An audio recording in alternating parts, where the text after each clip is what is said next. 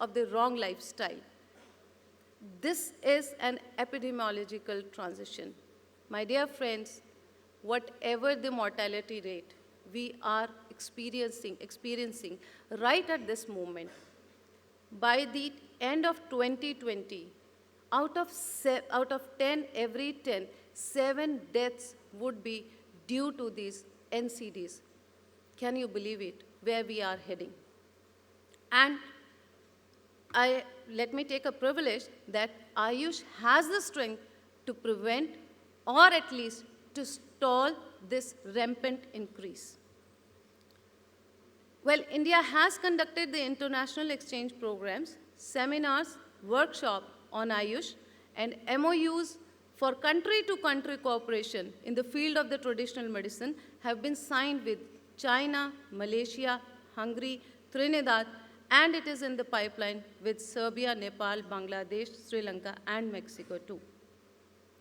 So what are the, after going for these statistical data as well as the growth drivers, what are the reasons to invest?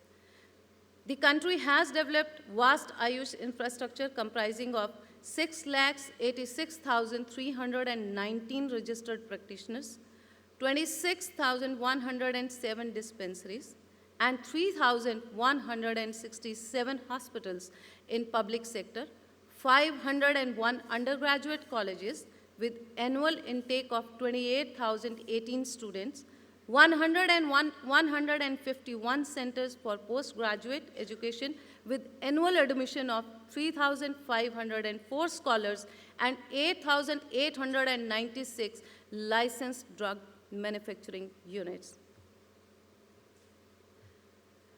In India, there are 7 national institutes for this, 2 for Ayurveda and one other for the other departments, and 2 northeastern institutes to cater to the needs of the particular of that area, and 2 pharmacopoeia laboratories, 1 pharmacopoeia commission for Indian medicine.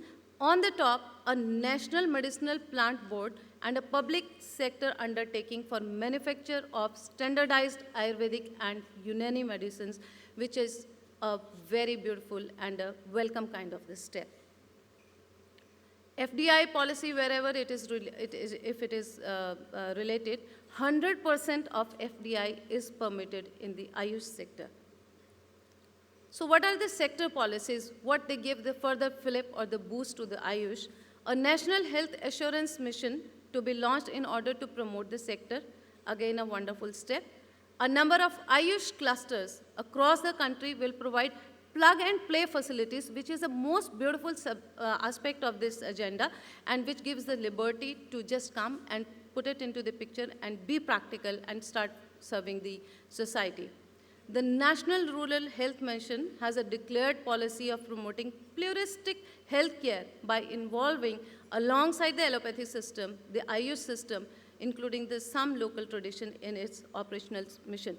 Well, to give the further much more illustration on this, we all know what the piles mean. While piles is a disease where it has, if it is to be constructed or to be given a treatment, it has a surgery, and which is not a very good outcome of this. In Ayurveda, there is one surgery it is performed that is called as the Kshar Sutra, and which is picking up very nicely, and the reoccurrence or the rebound of having this disease are quite far low than the other conventional surgery. Some evidence-based centers are to be set up by All India Institute of Medical Sciences. These centers will also be instated in the government hospital. The establishment of Northeastern Institute of Ayurveda and Homeopathy at Shillong, Meghalaya, and Northeastern Institute for Folk Medicine at Pasighat. Third most point is, which is again a very good incentive, central sector scheme for promotion of international cooperation in Ayush for providing incentives for promotion of Ayush abroad. What are the financial supports what we can look forward to have from the government sector? A scheme has been envisaged for the development of Ayush clusters for creating a common facility center for standardization, quality assurance, productivity, infrastructure, and capacity building through a cluster-based approach. Central sector scheme for promotion of international cooperation in Ayush, which which further focuses for the international exchange of the experts and the officers and incentives to drug manufacturers, entrepreneurs, and the Ayush institutions for the international propagation of Ayush. And centrally sponsored scheme has been set up for specialized Ayush facilities in the government tertiary as well, the tertiary care as well as Ayush hospitals in public-private partnership mode. So we see a lot of global kind of the exposure and the potential if we look into this industry, and this industry is rapidly growing, and it has a wellness industry has a future also. The national mission on the medicinal plants, which is, this point is very important, and it should given a warm welcome by these all think tanks as well as the society people. The national mission on the medicinal plants is a centrally sponsored scheme for cultivation of medicinal plants on the farmers' lands used in the medicine for the Ayush for sustained availability. We definitely know all the chemical-based kinds of the drugs, no matter they are sometimes life-saving, but they have certain kind of the side effects too.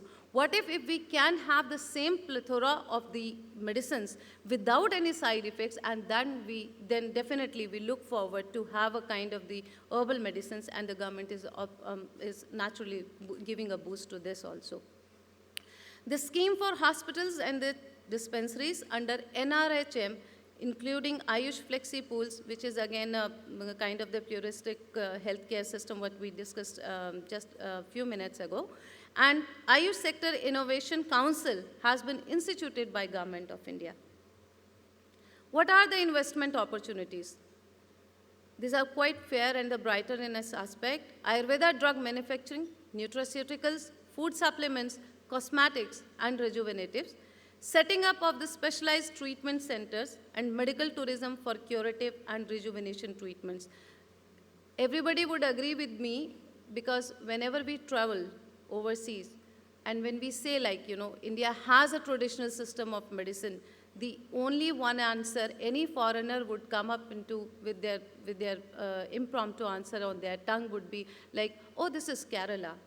So what kind of the efforts the Kerala government is putting up to promote this traditional system of medicine, that is Ayurveda, and a huge amount of the medical tourism they are catering down in the South India. But unfortunately, North India is just lacking behind. We must take a step ahead to take a help from the government to put the North India with the same kind of the government boost, so that medical tourism, when we talk about the medical tourism, when we think about we should have the foreign investments, the people should come up with the one flash answer, okay, North India can be the another destination, and thus we can make the India as a full-time destination for the medical tourism. Finally, when I have to conclude my talk, I would just like to reiterate of the few points what I had heard in the morning. Like Dr. Murthy was delivering his talk on this dais, I just noted down one point that he said, we see the bonsai, and the bonsai is definitely has a one soul contentment that, it's good to look at. But we definitely think we still are the bonsais. We have to grow with a bigger tree, and we should take this message ahead, and we have to spread this message to the society that we should grow into a full-fledged tree. And that's how I conclude my talk, and thank you for listening my talk and giving this opportunity to be on this stage. Thank you so much.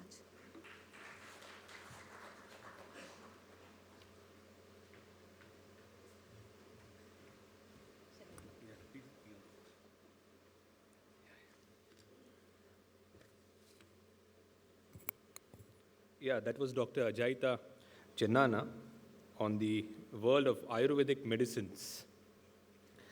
No doubt there are some redeeming features actually that what she has brought out with respect to evidence-based centers to be established through government efforts. Yes, that's one area where a lot of actually debates were being held, especially with respect to the Ayush form of drugs.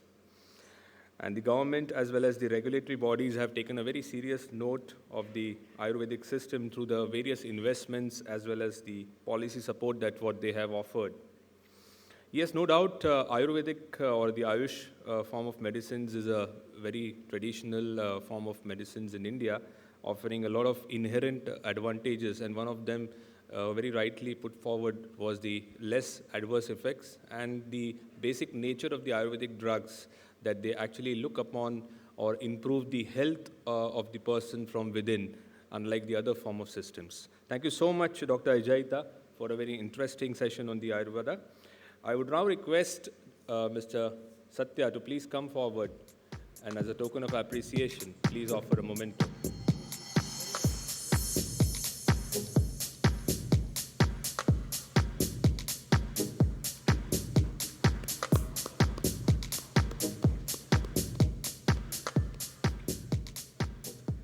We go to the next session, and the next session is the future of premium beauty innovation. Is India prepared to experiment with Western trends in the age of lasers and plastic surgery? And I now request Dr. Chaitra Anand, founder,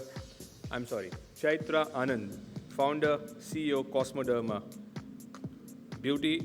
Chief Beautifier, as well as CEO of the Cosmoderma clinic range, Cosmoderma. Thank you.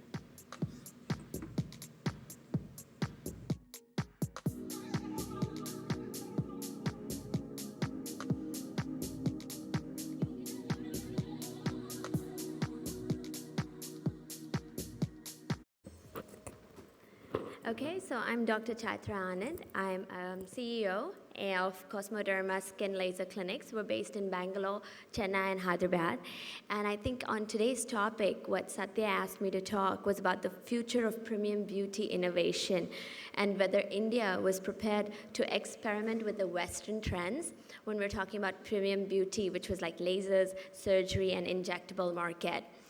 So, I think this is a statement that holds true for most people. Like, most people would like to be beautiful, healthy, and good looking. Anybody here who disagrees? No? Okay, that's what I thought. So the global world where we live sets standards for us. It sets the stereotypes. It's mainly because of all of the visual activities that go on. It could be cellulite, it could be print media, it could be your hoardings that you see when you're driving by. And what are our stereotypes? It's typically models and celebrities who are our stereotypes. And it's a known fact that when you ask people, a lot of them will say that they want to look like the models or the celebrities that you see around you these days. And men and women both desire a smooth, bright skin and an ideal body shape because they think that this is going to lead to a wonderful life. And this is not something that I'm saying out of my experience only, but there is literature to support all of this data. So does anybody think that looks really don't matter in this world? I have a small video to show right here. Let's see. Again, we have a problem. Excuse me, the video is not playing.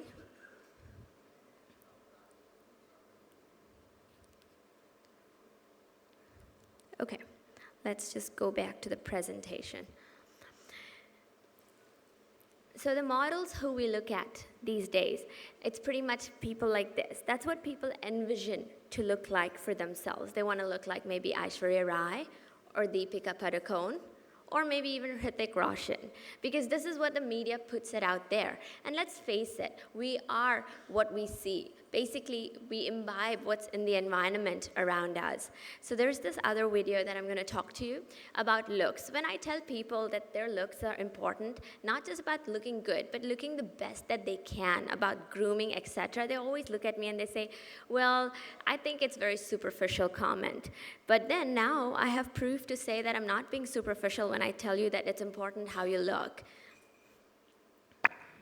Between a poor economy and high unemployment, it's a tough time to be looking for a job. For people with facial scars and blemishes, it's even harder. Rice University's Mickey Hebel and Juan Madera from the University of Houston conducted 2 studies looking at how people with facial markings fare in job interviews. Using volunteers and eye-tracking technology, they found that a facial blemish would significantly distract an interviewer, reducing the candidate's chances of getting a job. So what we found is people looked at it, and the more they look at it, the less they remembered from the interview content. And the less they remember from the interview content, the lower the evaluation of the applicant. The team used the technology to record how much time an interviewer spent looking at a candidate's blemish. Hebel says that even when the interviewer knew they should be